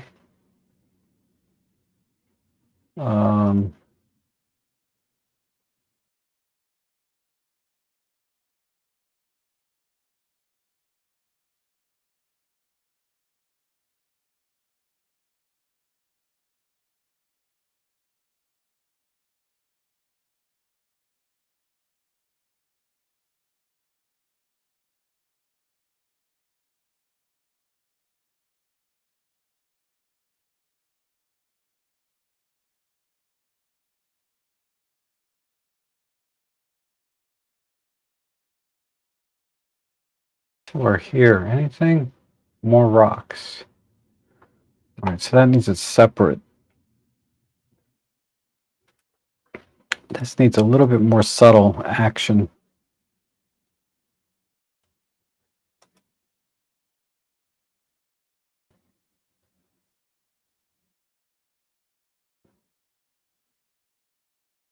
And the water.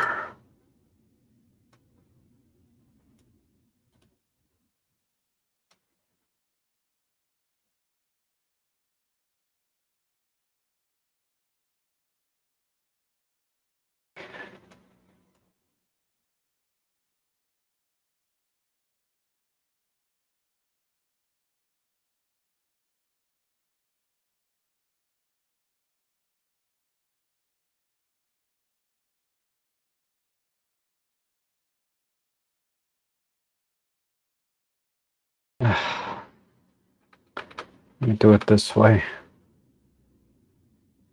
Use a brush.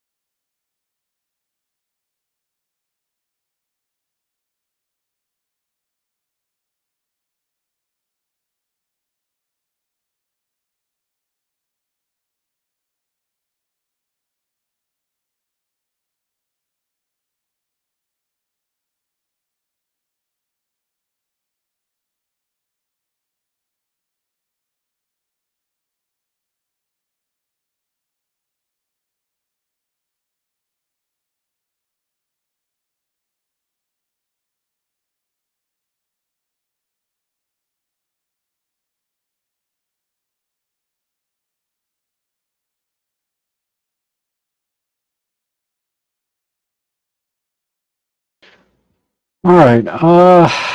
Okay.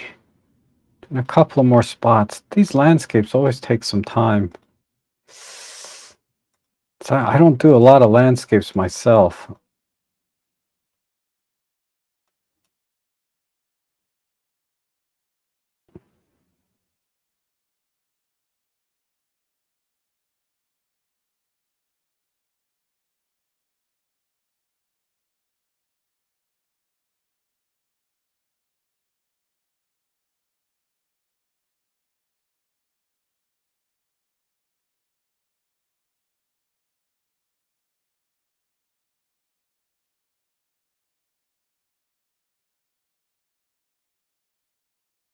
Nice that.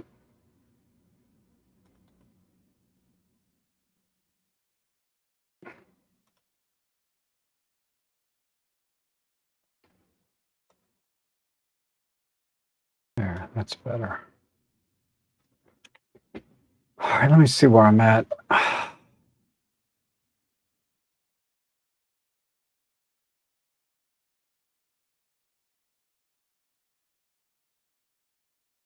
Okay, I think I'll call it there.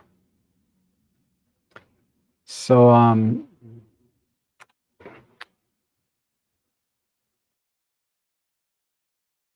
yeah, just a tighter crop, as always, right? And then I wanted to, I think you were trying to make this path kind of lead you into the frame, which it kind of does,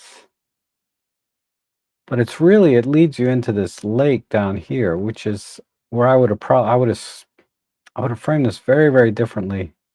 maybe just right in there. Um, something like this. Yeah, I think this is better.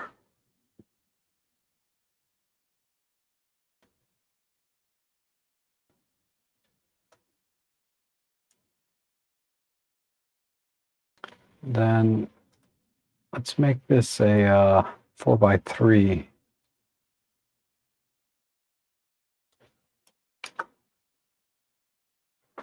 I think that works better.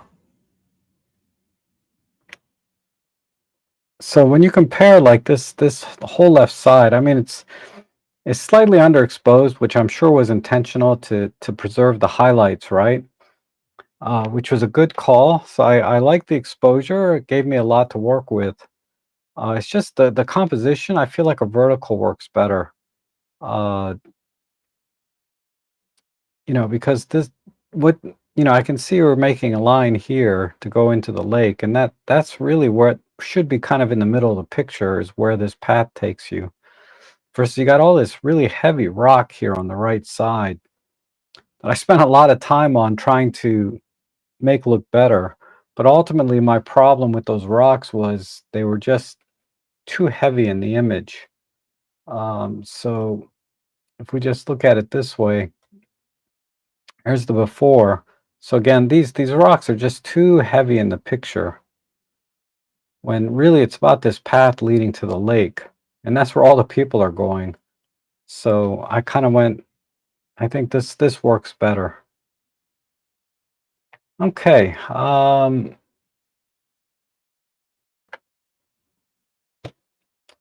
let's see, we have some sort of temple-ish thing here. Maybe Buddha. Um,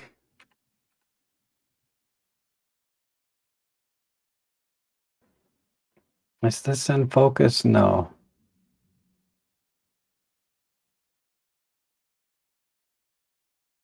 I don't think I need to do anything with the crop.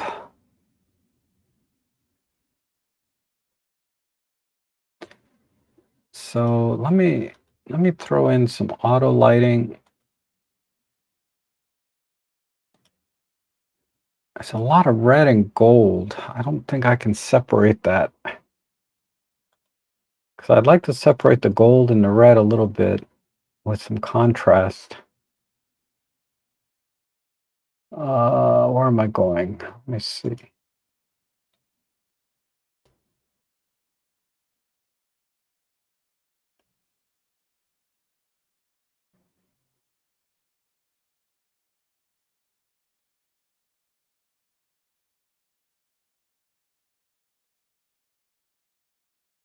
Okay. And then let's do,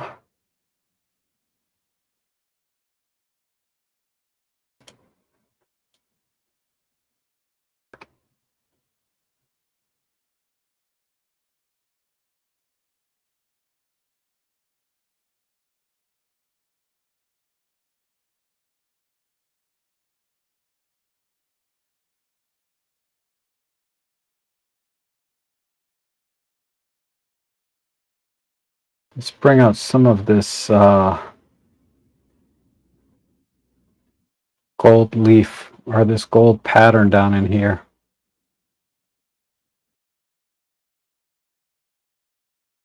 Okay. A little bit up here.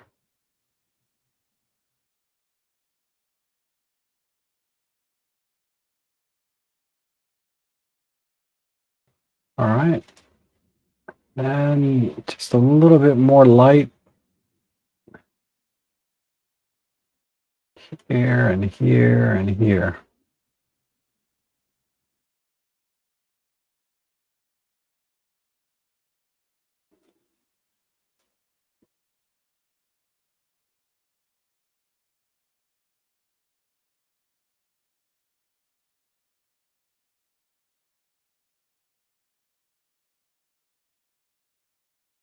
Okay.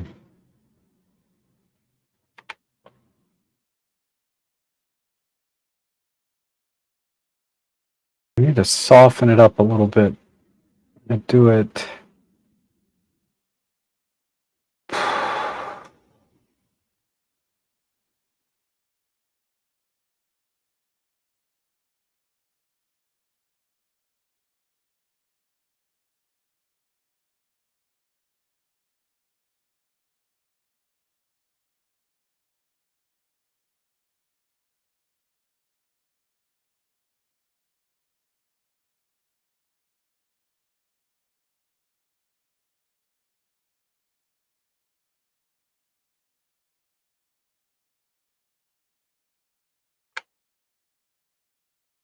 Okay, let me call it there.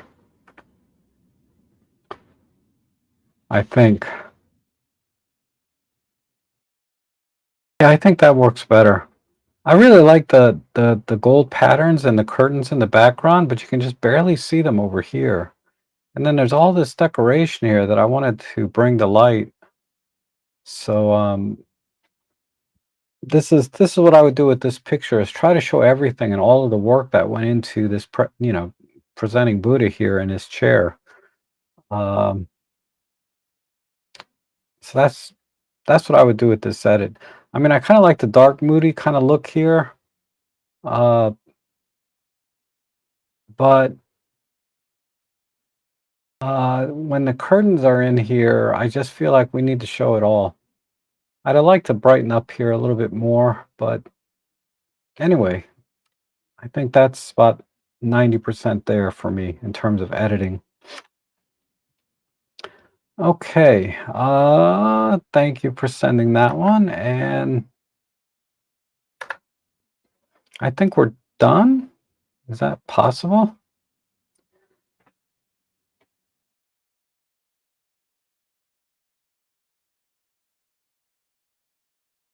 Oops, excuse me, I had to sneeze. Um, all right, I think, yeah, good set of images. Some challenging ones today. Uh, but yeah, I appreciate you guys sending those in. Let me look at the chat section and catch up here.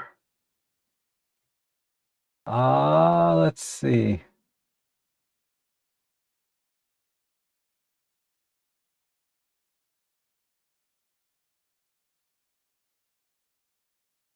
You definitely make a photo pop, etc. Any plan to do? Oh, here's a question. Any plan to do short tutorials for quick photo? I only have one for Photolab 6, but photo editing is, and I have a few others, but it's hard to do a short photo editing video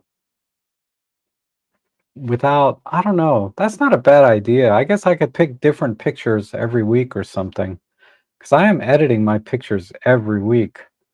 But, doing them live like this, you can see my thought process uh, a little bit more raw, right, so to speak. So I know it's long. For those of you watching this and after the fact, I know this is really long, but it I feel like this has a little more value than if I were to try to compress something down into a 10-minute video. I will be more concise, of course, in a 10-minute video, but I think all people would be doing is duplicating what I'm doing in a 10-minute video versus seeing it raw like this, where I can kind of express my thoughts time to time. You get a better understanding of the editing process, because it's not about, you know, do this, then do that, then do this. It's more about, what's the word I'm looking for? You know, what is, what is the rationing, right? What's the reason I'm doing things? It's not the word I was looking for, but it's close enough. Uh, and a 10-minute video would just be kind of wasted, because you would learn one thing and then forget it. You know what I mean? I don't think it would be quite as practical as watching me go through this like this. Let's see.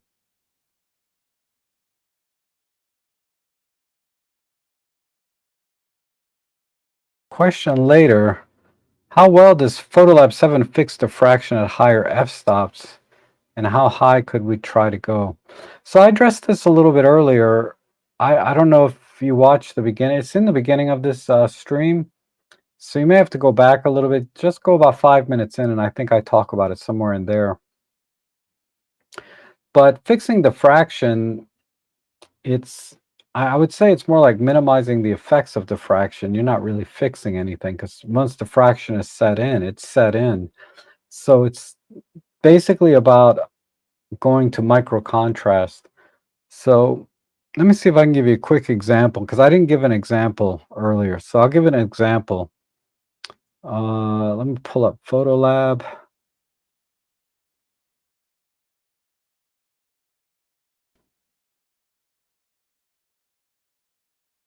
Okay. So let's see, let me find.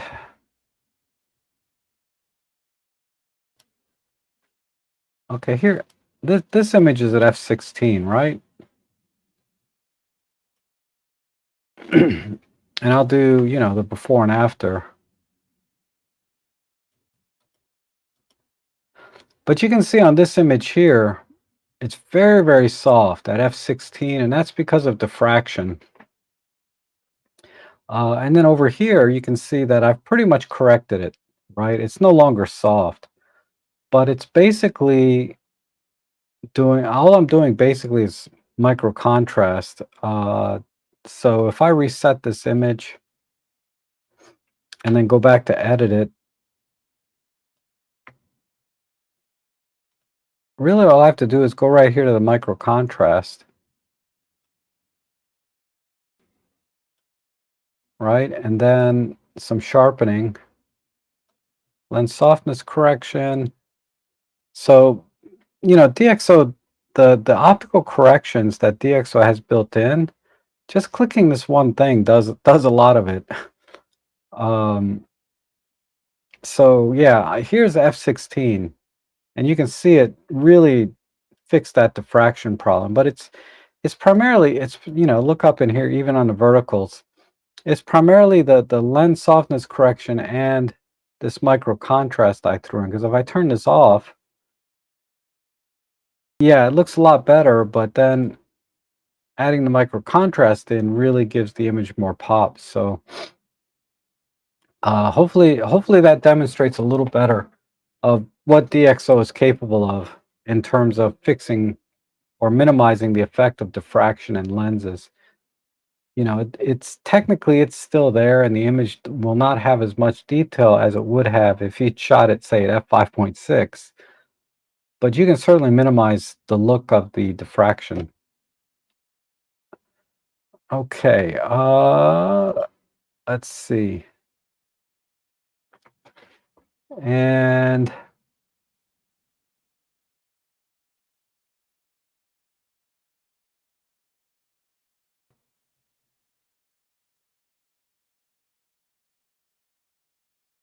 I wonder if you ever activate the shadow and highlight clipping feature. Sometimes. I rarely do, though. Uh, I do it to I do it sometimes to kind of test the when I'm doing testing of cameras and lenses, I like to see the response of the sensor at different apertures or different exposures. But for images in of themselves, I'm trying to think, I rarely do it. I mean, sometimes, but yeah, I don't need to. I just visually look at the image, and if it looks like I want it to look, then I don't need to worry about highlighting clipping. If I'm worried about highlighting clipping, I might do it like in portraits and things, because sometimes people get shine on their foreheads, and it's easy to quickly see where they are when I'm doing micro editing on people's forehead, faces where there's a little bit of shiny spots. So I might do it in situations like that, but for landscapes and most of my images, I don't worry about it. I just look at the screen, and if the image looks like I want it to look, I don't care if things are crushed to black or clipped completely to white. It's fine. If it looks good, it looks good, right? Um,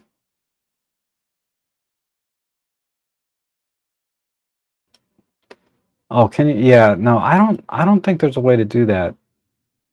Uh,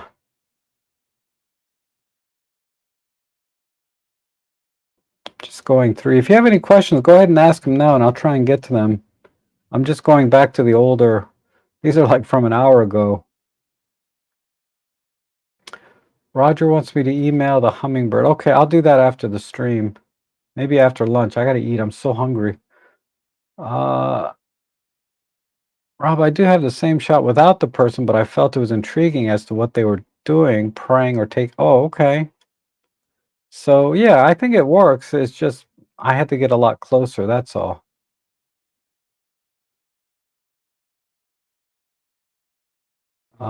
Let's see. Canal boats. Thank you. Canal boats, not river. But I don't have a lot of real world experience, right? I'm like this nerd that's just stuck to my, photo editing and cameras. And then when I get out in the real world, I say, "Oh, that's pretty," but I have no idea what it is. Oh, thank you, Shakib or Shakib. I'm not sure how to pronounce that, but man, make me want to get some kebab for some reason. I would love some kebab right now. Let's see.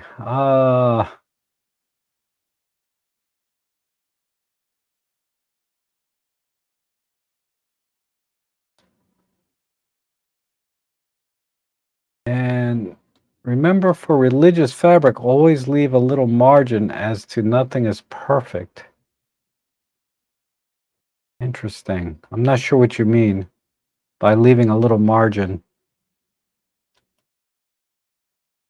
And Jan says, super job. Thank you. Thank you. Thank you, Lassie. I appreciate that. All right. I didn't see any. Can you do some edit with OM on one raw? Maybe. They emailed me. They offered to give me like a free lifetime license, but I didn't decline it, but I never responded. Um, but I could always download the 30-day trial, right? And just do it that way.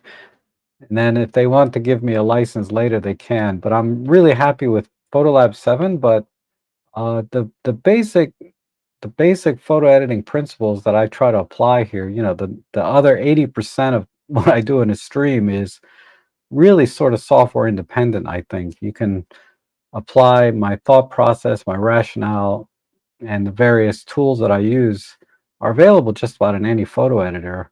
The reason I use DxO is I think ultimately the output looks the best, right? And the workflow is very straightforward for me.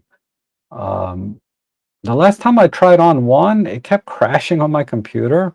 I downloaded the free trial, so I never really got a chance to use it. But I'll try. I'll look into that. I'll look into it, Garrett.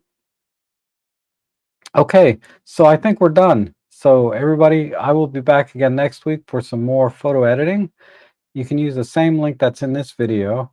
And of course, I'll be back probably this Sunday for a normal, jibber jabber type photo or live stream, talk about what's going on. I have a photo job coming up tomorrow, I think. So maybe I'll talk about that.